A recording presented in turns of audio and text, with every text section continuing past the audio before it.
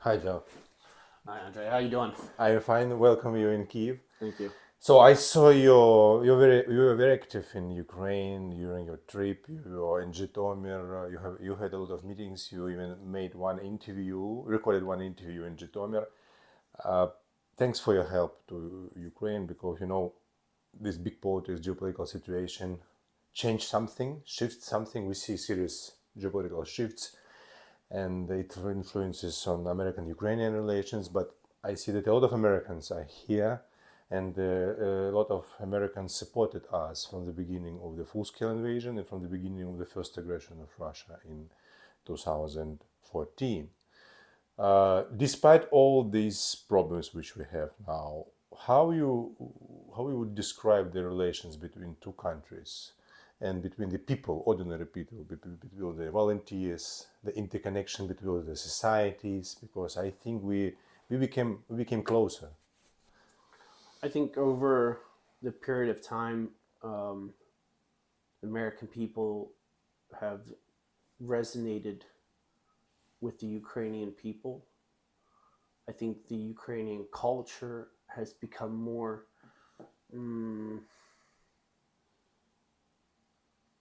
Western influenced Mm-hmm. than ever before. We see less corruption in Ukraine. We see more transparency in this country. I do see one thing that needs to happen from the American side is more Americans need to come to Ukraine. Mm-hmm.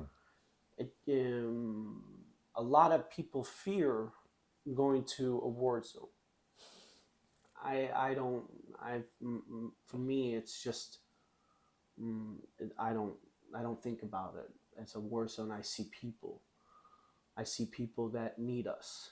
Um, I think a lot of Americans again resonate with the Ukrainian people, but a lot of Americans have not come here. They don't understand the drones dropping bombs on civilians. They don't see the destruction in Zhytomyr, in Kyiv, outside Donbass, in Buchma.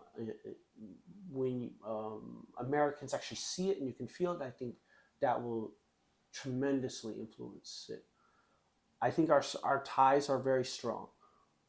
Not speaking politically, Yeah. but speaking culturally, speaking people wise.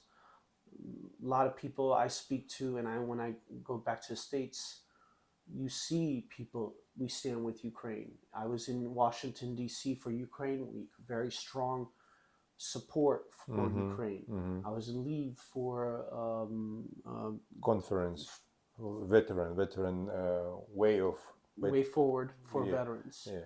Um, we even sponsored that event, so we're very supportive in these initiatives. And my only thing is that I think more Americans need to come here to feel it.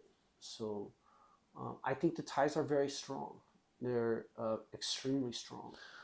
Well, I agree. I agree, and I hope that Americans will hear you, and the Ukrainians also will hear you, because only on the base of the mutual cooperation we can build strong relations And trust. and trust. Yes, and I think that the creating such kind of organizations as you have, such as ValiCor, I think it's US and important. Ukraine. Yeah, Yep. ValiCor Ukraine, ValiCor US. So you build up with your partners, with your friends, network of your company, I would Yep. say. And this is actually the first brick, I would say. Yeah. Well, After 2 years. Yeah. yeah, yeah, and building such kind of system, Mm-hmm. we can establish good relations in the future. Yes. So, what is the philosophy? What is the idea of ValiCor, at least now? How you see it in the Ukrainian American, I would say Ukrainian Western cooperation and activity? ValiCor US is an entity that has been established in Washington D.C. It's Delaware Incorporated. Mm-hmm.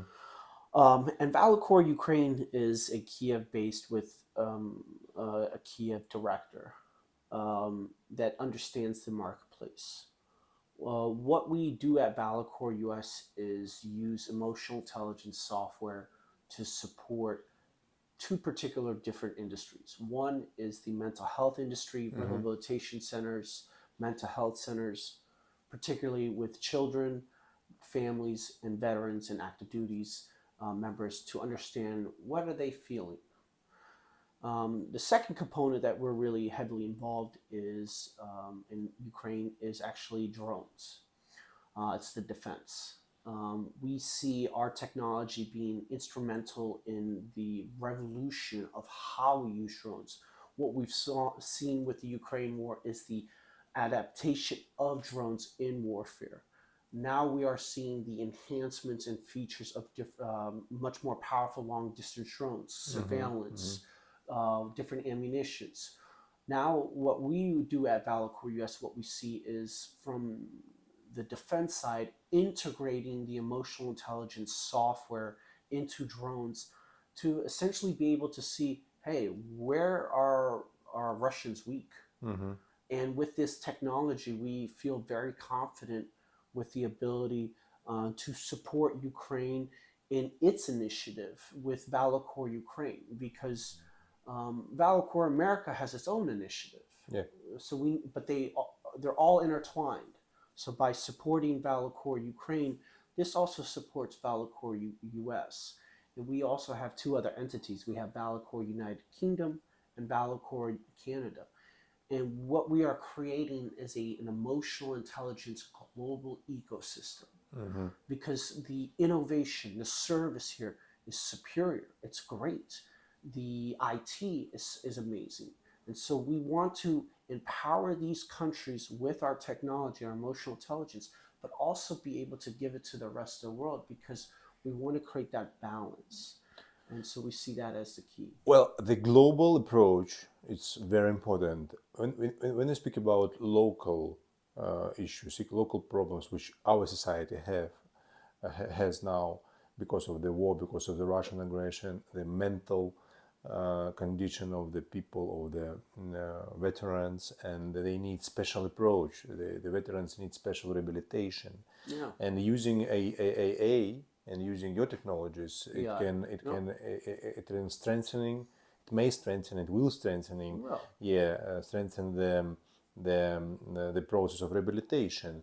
To put very short, I mean, the idea of your mental rehabilitation, the approach is using the combine of modern methods and the traditional some kind of. Correct. So what the main idea is to identify the emotions of the people The main idea is being able for the human to see their emotions, what they're feeling.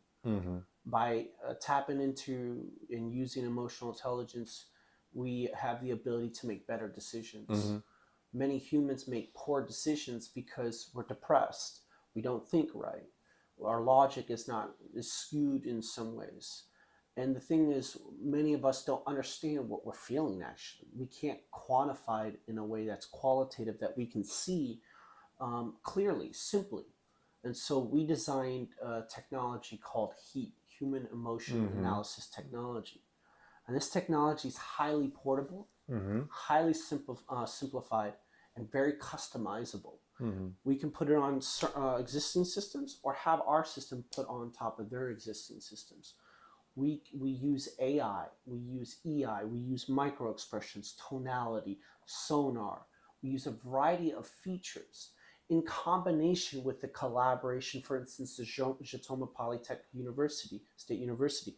We are working with them and other universities to integrate their knowledge and experience into H.E.A.T to make it more powerful for those local markets. For instance, here in Ukraine, it's very much rehabilitation, mental health, and drones. So we've applied the H.E.A.T methodology to be applicable to that. For instance, in Poland, we're looking at banking and financial and insurance institutes. And then for America, it's really for the average person to understand what they're saying, a narrative process, as well as the ability to protect our borders. and support our veterans who and our active employees who are in the government who have a lot of stress. So it's a technology which can be used in civil sector and the military sector both. Absolutely. It's very, very good, especially when you speak about the post-war period. However, backing to the question of your activity in Ukraine, I saw some photos and videos from Zhytomyr. So you signed the memorandum of understanding. You already have Yep. partners, the meetings. What is your personal estimate of the interest of Ukrainians towards this I think product? we have collaboration. We're not political. We're apolitical. I am particularly a patriot of the United States of America and a patriot of the people of Ukraine. So my service is to the people and the state of Ukraine, and it's a service to the people of America and the other countries that we represent, like Canada and the United Kingdom. I don't play sides. So for me, the particular interest for the Ukrainian people, they love it. They, we've talked to Parliament, we've talked to ministries, we talked to nonprofits, we talked to NGOs, academies. Everybody knows Ukraine's very small. Kyiv is very small. It's like DC. But I think we have the support, and now we've organized and planned everything, and now we are going to execute. And in the next 2 to 3 months, we will roll out a very customized version for Ukraine that will empower Ukrainian people in the mental health industry, but also the military forces with drones, and then robots. So there's going to be a lot of innovation and information about heat coming out of Ukraine that is going to be created by Ukrainians, that is going to empower the Ukrainian people, that is going to make Ukraine the most emotionally resilient country in the world. Yeah. Thank you very much for your contribution, and I think your activity is example, your persistence, your systematic approach. I would say it's very important to show to other people and our potential partners that Ukraine need such kind of the support, because when we speak about resilience, when we speak about unity, when we speak about resistance, it's all based on the mutual cooperation. So West, Ukraine actually Exactly. part of the West, I think, already. I would say so. Yeah. It's respecting those different cultural idioms in places. For instance, we're in Italy, we're in Poland, we're in Ukraine. Each of those ValiCor entities, ValiCor US, ValiCor Italy, ValiCor United Kingdom, has its own culture that we respect and take what they bring. So it's really being able to respect that culture and then listen and understand and then empower. So that's what we've done very successfully through relationships. Andre, you're an amazing guy yourself, and we have a relationship, and that's why we are doing this now, because if we didn't have a relationship, I don't think we'd be doing this. So it's all about relationship. Thank you. Thank you, Andre. Thank you very much.